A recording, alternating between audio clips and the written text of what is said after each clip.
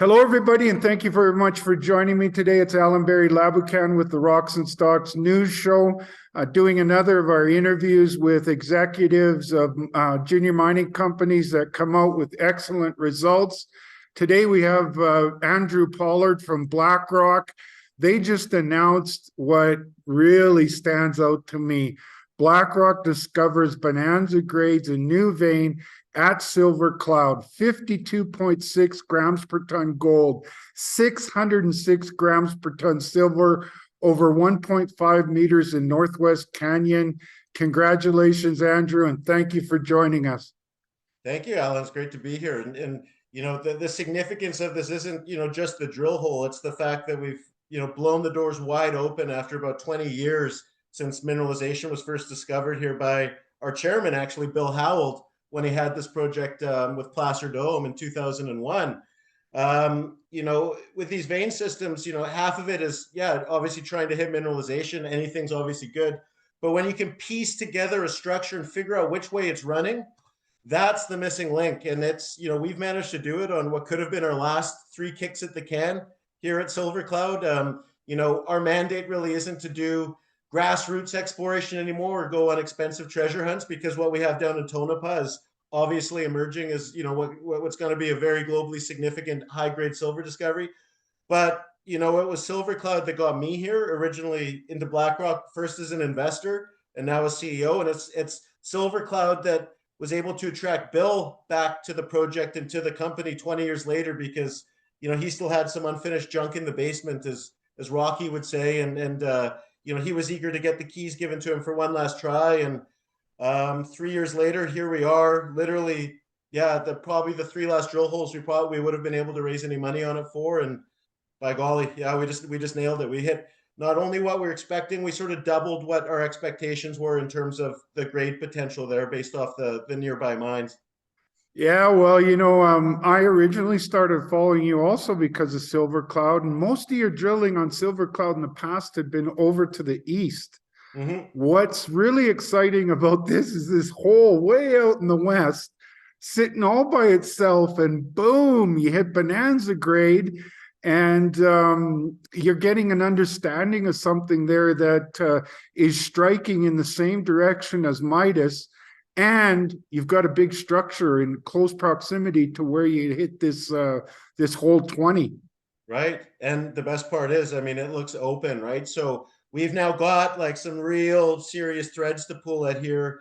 It's in about the best zip code you could possibly be in as gold mining goes. Where we stand in relation to some of the significant mines is it's right where the Carlin Trend intersects with the Northern Nevada Rift. So just southeast of us is literally the highest, the biggest gold mine in North America, called Gold Strike.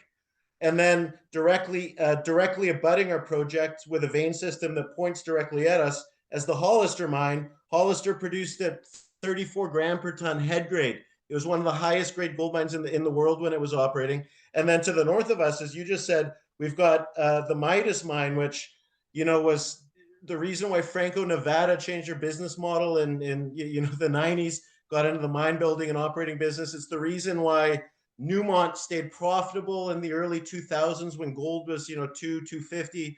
And, we've got 2 ultra high grade deposits pointing right at us. And it was our understanding of Midas and what was going on up there, and some regional targeting we've done, and just,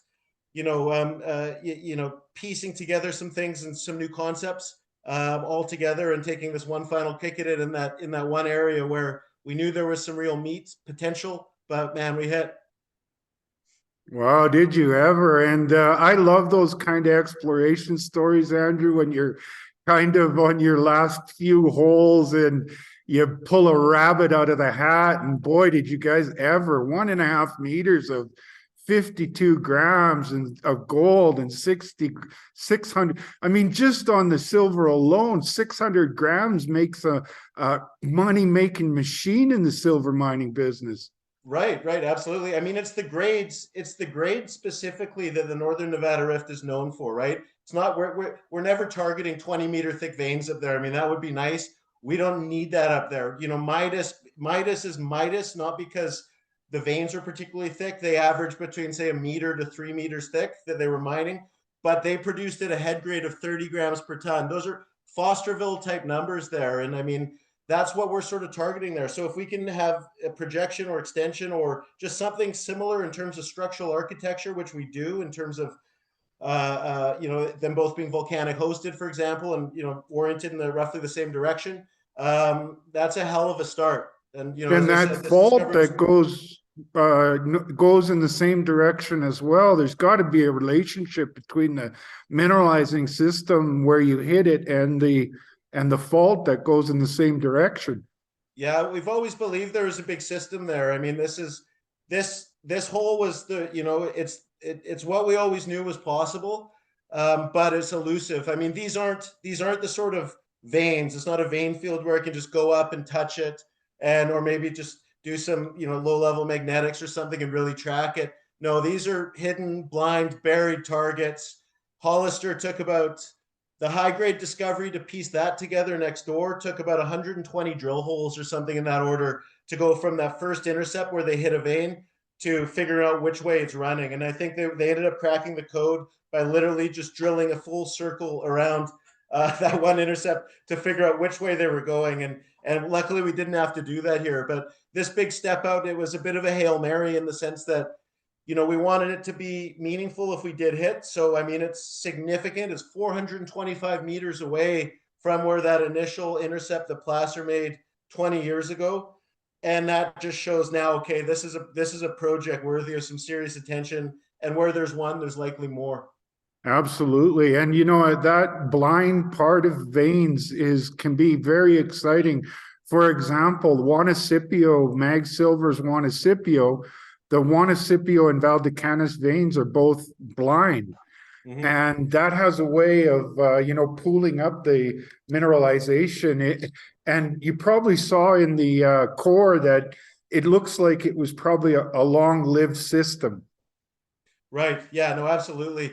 One thing that I don't think the market picked up on, but we had it in the news release, is that, these are just we sent these assays. This is just the first pass assays. This part of Nevada, given the grades and it's known for the nuggety gold effect. So what we're going to be doing is we've sent these same assays to be reprocessed for metallic screens. And all I know is that in the past, when we've done metallic screens, they've never come back less. And in a few key instances, they've come up significantly higher. So there's potential that, this initial assay we got could actually move even further higher up there. So we hope to have some more news back on that. We could have, another Silver Class release, in the next few weeks or certainly by early New Year. But I think the grades have potential to get even higher from here. And certainly our understanding will get better with the more data anyways. I don't know if I should tell you, Andrew, but you're not supposed to go out there with one hole and hit 52 grams of gold and 600 grams of silver on one hole. My biggest problem was I was worried that we were going to hit dusters and I'd have to, drop the project or something and, have the tail between our legs. Because, I mean, when you've got one winner in Tonopah, we've got, the yellow brick road is laid out pretty clear for us down there. Our model's predictive. Obviously, it's, right now it's the highest grade undeveloped silver project on the planet. And it's got, we've already doubled the footprint of mineralization. So all of our exploration dollars, all of our valuations tied to that.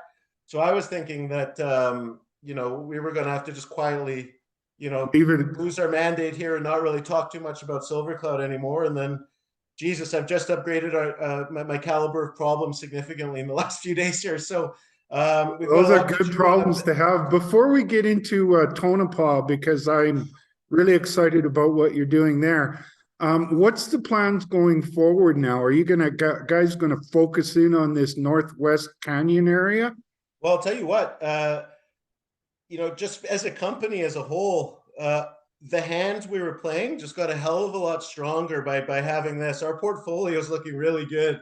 The same companies that would be interested in us for Tonopah would be very interested in us for Silver Cloud. Even just to put this in context, right next to us is Hollister. Midas is right on trend of us to the north. We're the big donut hole in the middle. Well, guess who owns Midas and Hollister right now? Hecla. Guess, another little silver company I'm slightly familiar with called an up-and-comer called First Majestic just bought Jarrett Canyon.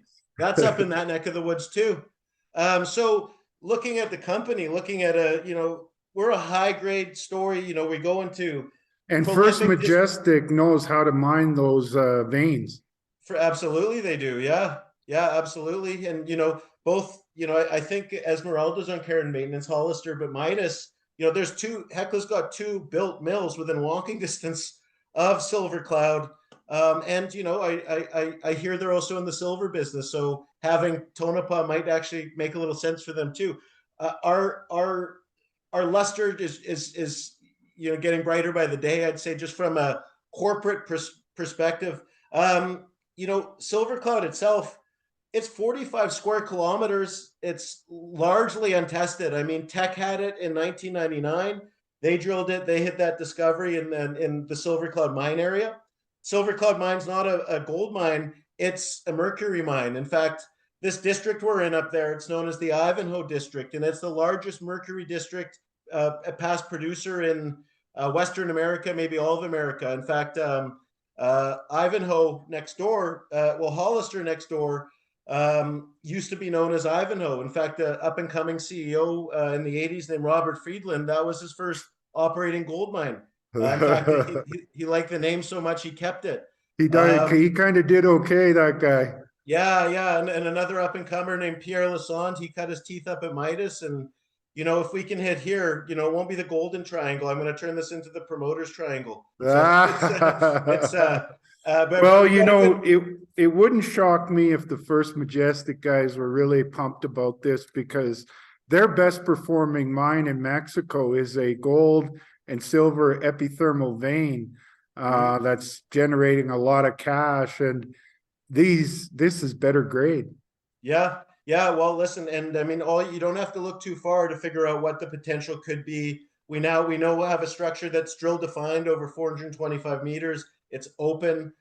We can drill that out. We can keep stepping out when we've got, we laid out, even in the summer, I knew this was probably going to be our last real mandate to do something. We engaged Goldspot Technologies, the AI company, to come in and put together some targets of their own. We laid out, I think we permitted 10 different drill holes to do, but we chose 3, and I went with, and Bill spotted these ones, and this was the one that he wanted most, and by golly, we knocked it out of the park. But what I'm getting at is we've got 7 other targets from, this massive regional compilation that we did in other areas, which are completely untested yet. And now we've got the strike that we can drill out and expand upon too. So you asked a question about what are we going to do. First thing we're going to do is we're going to let this one breathe a little bit, because I think we might be having some people knock on our door, just given the area code and given the grade. Nevada's not really known for the grades.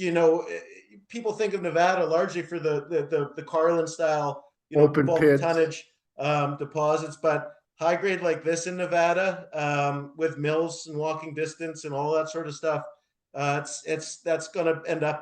There's going to be lots of corporate development teams having meetings about this in the next few days, and we're in a good situation because Tonopah is still driving forward. We've got drills on that. We've never stopped drilling that. So, yeah, let's move on to Tonopah, because I think I can easily make a case that you're undervalued just because of your Tonopah. You've got one of the highest grade undeveloped silver mines in the business, or resources. I've been watching this since you started drilling at Tonopah, and that Victor really caught my attention. But the network of veins that you have and the underground workings. And then I was really interested in those projects you picked up to the north, because there's a structure, or there's a system there, and the Tonopah seems to follow the edge of that system. Yeah, it's around the margins of a caldera, so around the sort of blow off top. Tonopah is sort of right in the middle of 2 calderas. To the south of us, there's a caldera which I believe is older, and that system's largely gold. So that's where Goldfields, that's where Hasbrook and Three Hills are. These bulk tonnage systems, which are literally right next door to us, but they're in a completely different system as the silver district, because the 100-to-1 silver gold ratio mineralization there, that's associated with the northern caldera. And it seems that the mineralization of Tonopah starts to curve up and follow that northern rim. So after hitting there early on, I mean, we hit on our first drill hole there, and it's a little easier prospect. Well, certainly a hell of a lot easier prospect than we had at Silver Cloud, because the old timers left us a great roadmap in terms of where they were mining and where they were doing development on, and never actually got around to extracting the ore. So our two resource areas that we laid out for a maiden resource just earlier this year, those are just the two areas that the old timers were mining or did development work on, and were preparing to mine when they went out of business, when silver prices and gold prices tanked. And that was the roadmap. We knew where the developments were, and we just sort of aimed from there. And that's, we knew roughly where we knew, one, that there were veins, we knew roughly where they'd be, and we knew roughly where they were oriented. So we had a hell of a head start. And now we've stepped out kilometers and kilometers and kilometers beyond where the old timers left off. So not only did we, prove the concept that they didn't stop mining because they ran out of ore, but we're chasing these veins kilometers now, all the way effectively pointing up towards that north, and in searching for, testing out that caldera theory earlier this year, and looking to hit some, potential new discoveries up along where that margins of the caldera would wrap around. We actually intersected a significant zone of lithium right at surface, lithium clay mineralization up to 1200 ppm, which is very, very similar in terms of the rock formation is hosted in and the grades as the project right next door to us to the northwest, called American Lithium's Tonopah Lithium deposit, TLC deposit. They're about $500 million valuation. They're going into the feasibility stage now, and that's very similar potential to what we've just hit up there on the lithium side of things too. And that's right at surface. That's starting from 8 meters.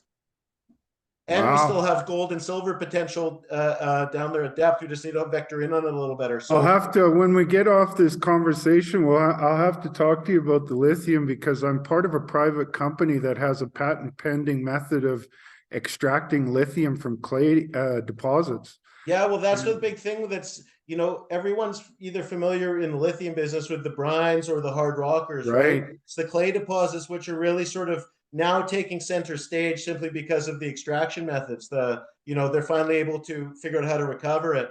And the same reasons why Tonopah is good and Northern Nevada is good is the same reasons why our lithium project's good. It's the jurisdiction. Right. Yeah. So infrastructure's everywhere. Yeah. Well, Tonopah, I mean, hell, there's not a project, precious metals project, any project that has the situational advantages that we have in Tonopah. Not only is our entire resource area in Tonopah on patented land, meaning we own it, meaning we don't have to deal with the federal government on any permitting issues. I mean, it's just state and county level to get permits to move it forward. Even Nevada's got its own EPA. So there's nothing that, the federal government can do to really, put any real roadblocks on it. But the other thing we have is, we're right next to the town.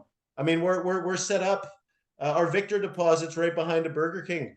It's very similar in setup to like Val-d'Or, to what remember Integra Gold, the original Integra. They were drilling underneath the Toyota dealership at one point, right? And that's sort of the same thing. So what does that mean? It means we don't have to build roads. It means you don't have to move power lines. It means you don't have to build man camps. And your guys can sleep in their own bed in their own house every night. Yeah, well, drillers love it. Consultants love it because, generally if you're taking up projects to work on, I mean, you're driving an hour, 2 hours there and then 2 hours back. And I mean, it's a long day. Here you can walk to the rig. Wow. I was recently watching you were part of a silver summit kind of a presentation, and a couple things really stood out to me that you were talking about there, Andrew. And one of them was that you said that you are now able to focus in on the high grade zones inside of your resource. Mm-hmm. That really caught my attention, because you've already got a tremendous grade there.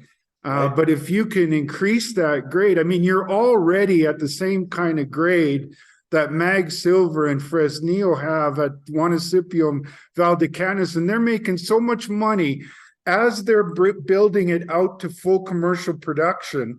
Right. In the early stages, they're making enough free cash flow to pay for going the rest of the way to full commercial production Right. Well, on the that's, I same mean, kind of grade you're looking at. that's the nail on the head. I mean, the great example, and on that panel I presented right after Chris Ritchie from Silvercrest, and you know, the comparisons to where Silvercrest Las Chispas project started and where our project started, just in terms of our maiden resource, are identical. They're literally identical, about as close to identical as you could possibly be. They had 3.4 million tons at an undiluted grade of 550, 560. We had 3 million tons at a diluted grade of 450. On an undiluted basis, that's the same thing. You know, we factored in metallurgy into ours. You know, they assumed 100% in theirs. We didn't. We also factored it, and we also stope optimized ours. So you You know, constrained your resource to something that's real. this is a big company resource. We didn't do a, you know, we engaged MDA to do it. This isn't a junior friendly resource where there's no gristle in this. I mean, you know, you'll see lots of tricks. Like if you want to pad the numbers on a resource, you'll present it in undiluted, right? Well, you don't mind blocks, you mind veins. So, you know, you should factor in dilution if you really want to know what's really there. How else would you do it? You'd look at exotic mining methods. Like, you know, for our resources based off two mining methods, cut and fill and long hole stoping. It's primarily long hole stoping and 20% cut and fill. Other companies, other narrow vein companies will say, oh, well, we got all this mineralization that's under 1.5 meters thickness.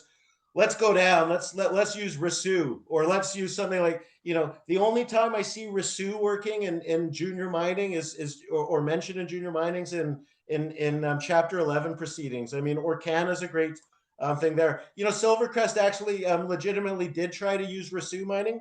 They you know, and we're looking at what they're doing closely. So they originally had the Risu mining method, which allows you to effectively try and target down to like a 0.5 meter vein thickness. But they just said when they announced their financials the other day that they've abandoned Risu entirely because it's Yeah. not feasible. It doesn't work. He was the guy was talking about that and how they have to, you know, really get a handle on those Yeah. veins. So what we have here is something that a big company can look at and say, okay, you know, not only is it stope optimized, which most companies don't do, but we've got very rigid parameters. 1.5 meters is plenty at the grades we've got, right? Anything less than that, we've drilled out 10 veins. We only included 6 of them in the resource because they didn't meet the threshold we wanted. Doesn't mean they're not there. Doesn't mean that if we're able to lower cost inputs, or maybe there is a new mining method or a new piece of equipment that can go in there, which could blow the roof off and immediately add the tons, which we didn't include in it. But what it means is that the numbers we put out are pretty Solid. good, and anyone will be able to respect that. Since we've put out the resource, though, the most important thing is, you know, the ounces can grow in 3 different ways, I guess. One, we've stepped out more than 1.5 kilometers beyond the resource boundary on that same structure. So the resource was drilled over 1,200 meters. We've now stepped out another 1.6 kilometers. From there, we're drilling that out. It keeps going. We've got a 500-meter step out to the west from there. That's in the lab. We'll know about that hopefully by the end of the year, certainly in January sometime. And it looks like it's still open to the west. It's still open to the south as well. The project's still open at depth. I mean, we're drilling from surface. That Victor vein that you're talking about, I mean, that's the thickest vein in the district. Our first drill hole hit 30 meters of a And kilo. it's got some sweet gold numbers in there too. Yeah. Well, it's about 100-to-1 silver to gold ratio down there, right? So if we drill 500 grams silver, we're going to get around 5 grams gold. Like Silvercrest, what makes Silvercrest unique and us very unique is the fact that we're pure precious metals. There's nothing going into our equivalents. There's no lead or no zinc. Once again, we're not padding the numbers, but what that means too is that the metallurgy, we're not having to refine like concentrates or anything. We're not having to go through all these extra processes.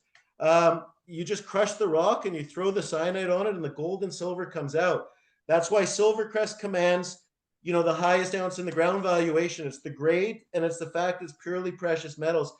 Our project should command the highest grade valuation too, once the market understands what we have. And guess what? We're not in Mexico. We're on private land in Nevada, 3 hours from Las Vegas, and 3 hours from Reno. Well, your comparables there are in Mexico, Silvercrest and Mag Silver, and they're both cash machines. Right. On the same kind of grade that you're looking at. So mine to mine comparisons, you guys have a minuscule valuation, and you're going in the right direction. You already got the same kind of grade. I think the average grade at mag is around 350 grams. Right.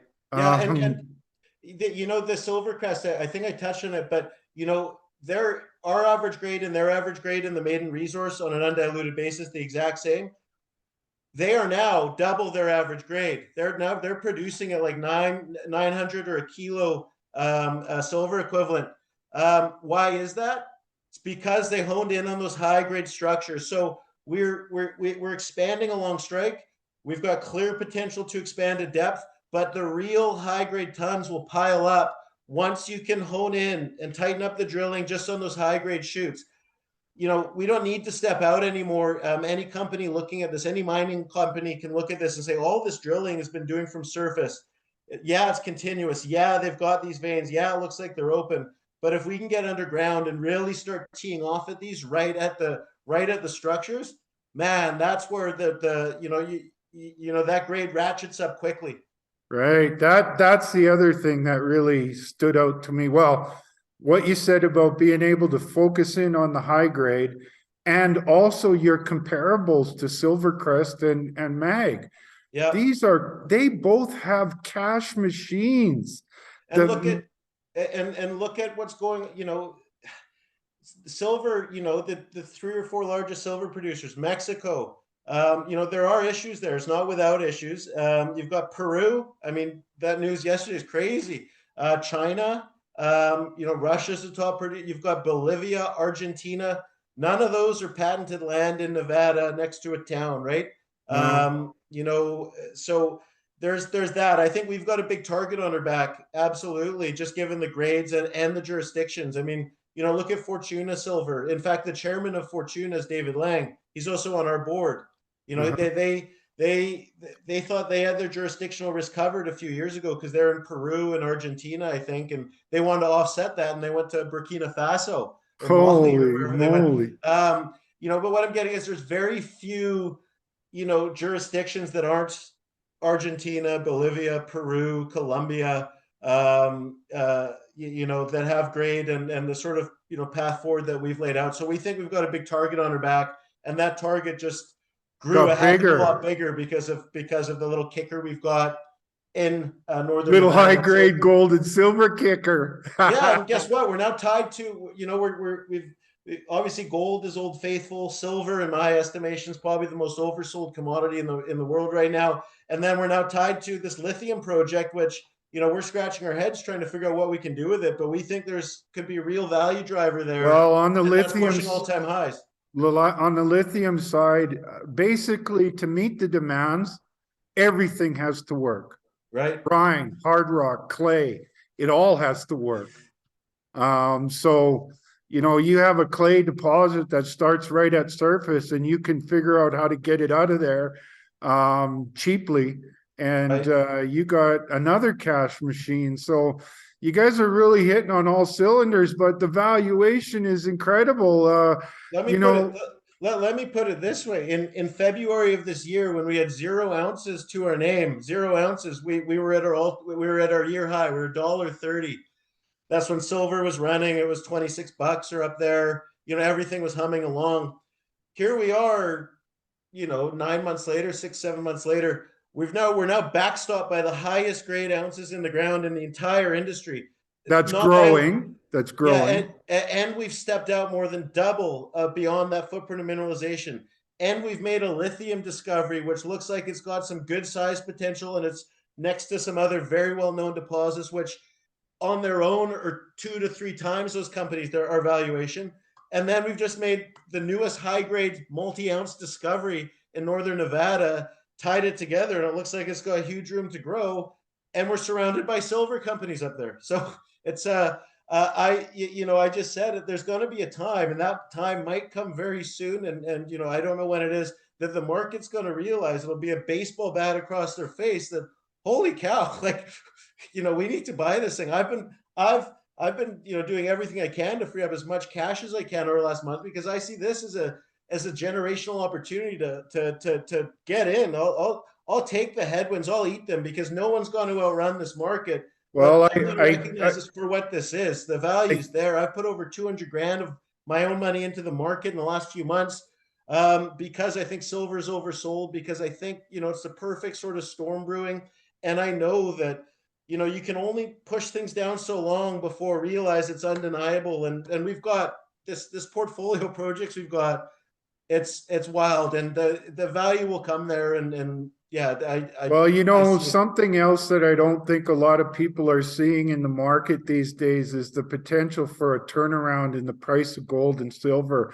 We've been fighting the battle against the strong US dollar based on the Federal Reserve putting wind behind it by raising interest rates. But that party is now coming to an end. Even Federal Reserve Chairman Powell is talking about the concern for over tightening, and you can see that's realistic concern in the real estate market. So I think we're seeing a turn already starting, and I'm looking at companies that they bottomed and their 50 days are starting to turn up. In the case of, and you reminded me a little of my friend Ewan Downey at I-80 Gold. They've made some actually pretty close to this kind of a hit recently, and their stock is now trading aggressively above the 200-day and the 50-day.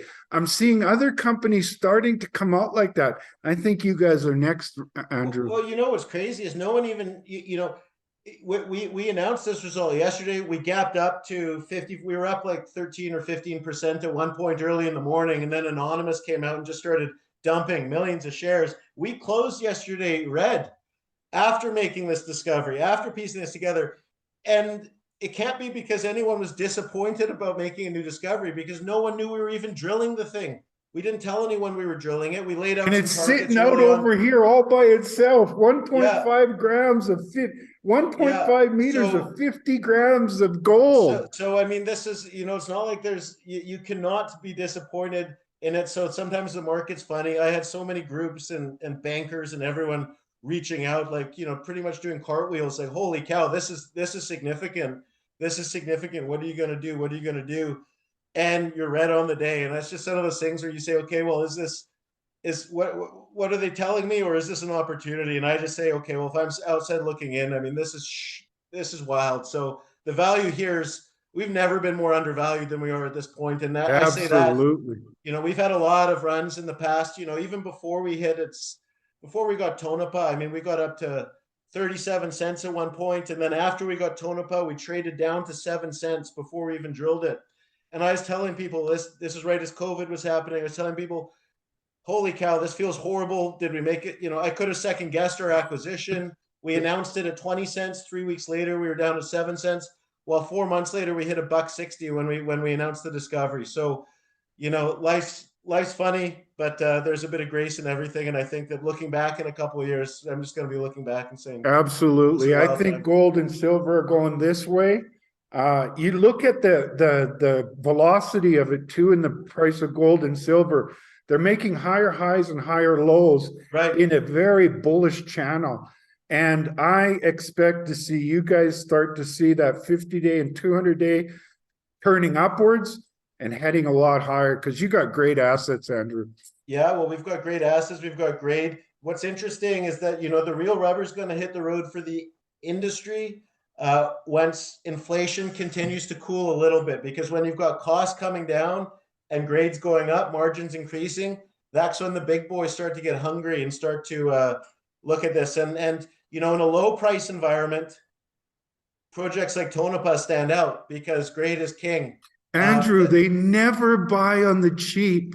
Right. They always, when you get bought out, it'll be several times where it is right now. They'll buy you when things are hot. They always do it that way. I'm ready. I see it. All right. Let's close it off, Andrew, and I'll close it off, and then we can have a chat at the other end. How's that? That sounds great. Perfect. Okay. So there you go, folks. Lately I've been seeing trend reversals in a lot of junior mining stocks focused on gold and silver. And I expect Blackrock to be one of those. This hole they just hit is an eye-opener. 1.5 meters of 52 grams of gold and 606 grams of silver. And these don't come from outer space, folks. This is part of a bigger system. And now they got something they can sink their teeth into at Silver Cloud. They got a resource at Tonopah. It's a high-grade resource. This is the kind of resource that makes a cash money machine in a mining operation. We can see it at both Silvercrest's mine and at Mag Silver's. Mag Silver is making so much money on the ramp up to commercial production that in the year prior to full commercial production, they have so much free cash flow that they didn't even need to send a check down to Mexico to cover the cost to go into full commercial production. These kind of grades that they have at Tonopah are cash-making machines. And then they got the lithium on top of it. For an 87 million valuation company, I expect to see their 50-day and their 200-day start to move up. And I think that we're about to have some headwinds with the price of gold and silver, already have them in the price of lithium. So I think this is a tremendous bargain for investors that are interested in gold, silver, and lithium.